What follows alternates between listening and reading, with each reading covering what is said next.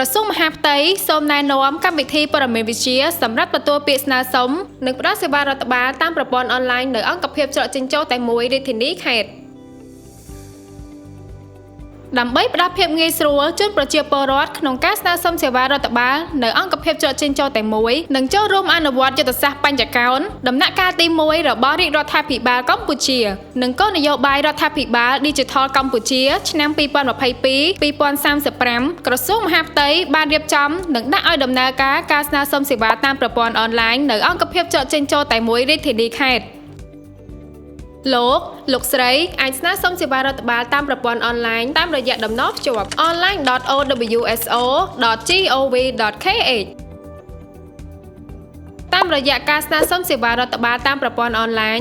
ប្រជាពលរដ្ឋអាចដាក់ពាក្យស្នើសុំសេវាគ្រប់ពេលវេលាគ្រប់ទីកន្លែងសន្សំសំចៃថវិកានិងពេលវេលាដោយមិនចាំបាច់ធ្វើដំណើរមកដាក់ពាក្យស្នើសុំដោយផ្ទាល់នៅអង្គភាពច្រកចេញចូលតែមួយជំហានសំខាន់សម្រាប់ការស្នើសុំសេវាតាមប្រព័ន្ធអនឡាញមានដូចតទៅជំហានទី1លោកអ្នកត្រូវបង្កើតគណនីសម្រាប់ការស្នើសុំសេវាតាមការណែនាំ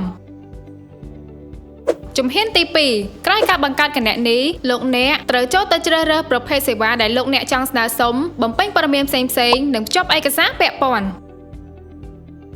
ជំហានទី3ក្រោយទទួលបានការជូនដំណឹងតាមរយៈសារ SMS ពីអង្គភាពច្រកចេញចូលតែមួយលោកអ្នកអាចធ្វើការបង់កម្រៃសេវាតាមប្រព័ន្ធធនាគារដៃគូដោយមិនចាំបាច់ធ្វើដំណើរមកអង្គភាពច្រកចេញចូលតែមួយដែលលោកអ្នកស្នើសុំសេវានោះឡើយ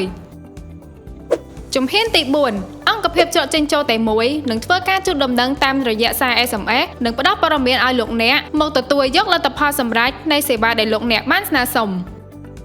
ផលិតដោយនាយកដ្ឋានមុខងារនិងធនធាននៃអគ្គនាយកដ្ឋានរដ្ឋបាលក្រសួងមហាផ្ទៃ